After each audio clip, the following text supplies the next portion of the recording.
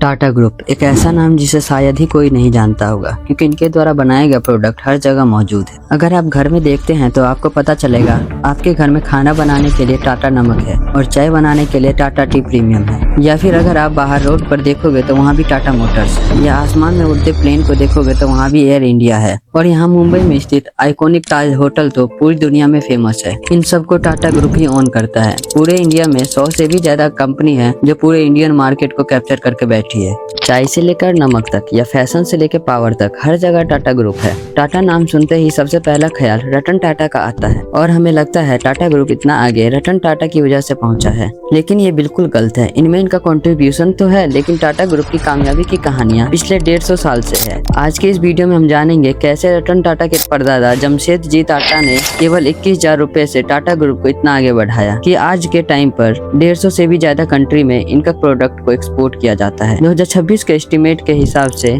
Tata group का capital $300 billion से लेकर $320 बिलियन तक है, जो आज इंडियन रुपीज में लगभग 31.24 लाख करोड़ होता है।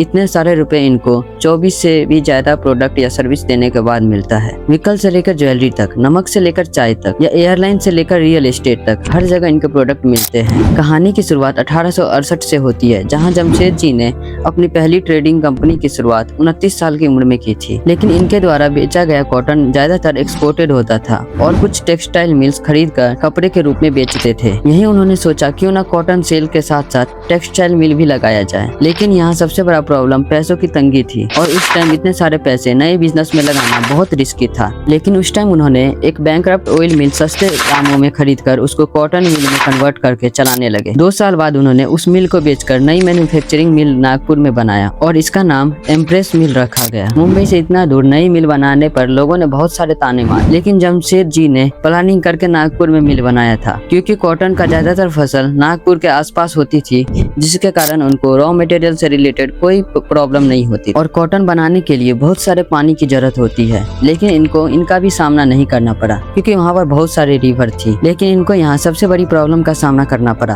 क्योंकि वहाँ उन्होंने काम करवाने के लिए कम दामों में वर्कर को तो हायर कर लिया, लेकिन वहाँ पर वर्कर छोटी छोटी बात पर छुट्टी कर लेते थे। कभी कभी तो 20% से ज्यादा वर्कर छुट्टी पर होते थे। लेकिन उन्होंने इसके लिए भी एक ऐसा दिमाग लगाया जो आज तक फॉलो किया जा रहा। उन्होंने एक स्कीम लाई जहाँ वर्कर को रिटायरमेंट के बाद पेंशन दिया जाएगा और उनके लिए मेडिकल इंश्योरेंस भी किया गया और एंटरटेनमेंट के लिए स्पोर्ट्स डे और फैमिली डे भी रखा गया और अच्छे काम करने वाले वर्कर को सबके सामने अवार्ड दिया गया, जिसके बाद वर्कर खुद की कंपनी समझकर काम करने लगे। जमशेद जी के हिसाब से हर चीज इंडिया में ही मैन्युफैक्चर होना चाहिए और अपने इसी मिशन के लिए उन्होंने बहुत सारी कंपनी लगाई। उस टाइम सिल्क बहुत प्रीमियम कपड़ा था, जिसके लिए उन्होंने फ्रांस जाकर वहां से फ्रांस सिल्क वर्म की बियर्ड इंडिया में लेकर आए। लेकिन यहाँ सबसे बड़ी प्रॉब्लम ये थी कि ये सिर्फ यूरोप में ही अच्छी प्रोडक्शन देने के काबिल थे। इंडिया में इनका सर्वाइव करना बहुत मुश्किल था, जिसके कारण उन्होंने बेंगलुरु में ही एक स्पेशल सिल्क फर्म लगा दिया। लेकिन स्टार्टिंग में इनको बहुत चीजों का सामना करना पड़ा, लेकिन धीरे धीरे इनका ये आइडिया भी काम करने लगा और इंडिया को बेस्ट सिल्क बनाने के काबिल बनाया। इसी की वजह से आज इंडिया सबसे बड़े सिल्क प्रोडक्शन में से एक है, जो जमशेद जी के आइडिया के और रिसर्च के वजह से हुआ। उस टाइम उनके टोटल 4 फर्म थे: आयरन और स्टील मैन्युफैक्चरिंग, होटल, एजुकेशन और हाइड्रोलिक प्लांट। लेकिन आइकॉनिक ताज होटल जो उनका सपना था उसको पूरा होते देख पाए, जो सन 1903 में कंप्लीट हो गया था। ये इंडिया का पहला ऐसा होटल था जहां इलेक्ट्रिसिटी कनेक्शन था। इसको और प्रीमियम बनाने के लिए इसमें अमेरिकन फैन, जर्मन एलिवेटर और तुर्किश बाथ भी लगवाया गया। इतनी सारी सर्विस देने के बाद भी इसका रेंट केवल 13 रुपए था। इसके साथ साथ बाथरूम भी शामिल था। इस होटल के खुलने के पीछे बहुत सारी कहानियां फेमस है।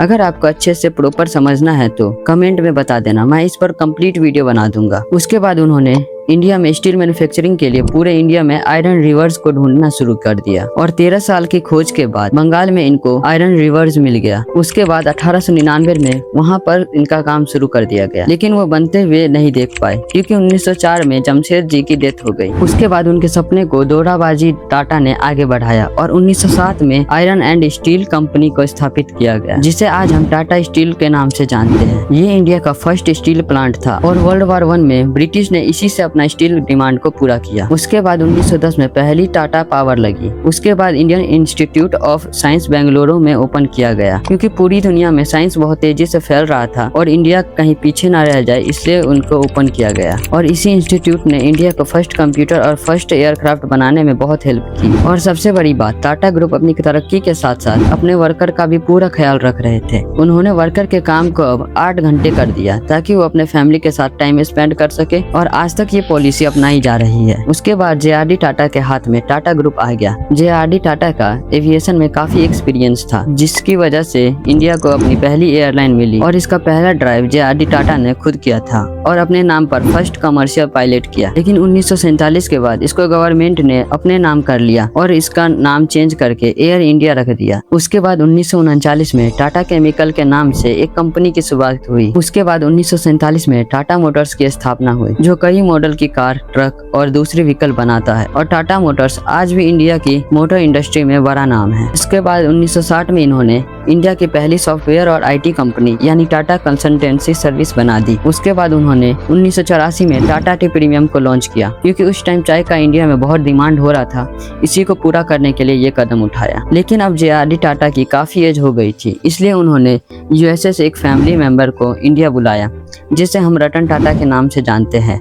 स्टार्टिंग में इन्हें केवल टाटा स्टील की जिम्मेदारियां दी गई, जिसके बाद उन्होंने लॉस से प्रॉफिट में ला दिया, जिससे जे.आर.डी. टाटा इतना इम्प्रेस हुए कि उनको टाटा ग्रुप का चेयरमैन बना दिया। लेकिन रतन टाटा ने देखा टाटा ग्रुप कार और ट्रक तो बना रही है, लेकिन आज भी कोई एक ऐसी कार नहीं है जिसकी कंप्लीट मैन्युफैक्चरिंग इंडिया में होती हो। इसलिए टाटा ग्रुप ने इंडिया का पहला नया कार मैन्युफैक्चरिंग प्लांट लगाया और 1998 में इंडिका लॉन्च किया गया। उसके बाद रतन टाटा ने दुनिया के जितने भी फेमस ब्रांड थे उन्हें खरीदना शुरू कर दिया। लेकिन 2012 में रतन टाटा ने अपनी बढ़ती एज की वजह से रिजाइन कर दिया और अपनी जगह पर साइरस मिस्त्री को चेयरमैन बना दिया। लेकिन 2022 में इनकी एक्सीडेंट में डेथ हो गई और आज नटराजन चंद्रशेखर टाटा ग्रुप के चेयरमैन हैं। आज के लिए इतना ही, मिलते हैं अगली वीडियो में।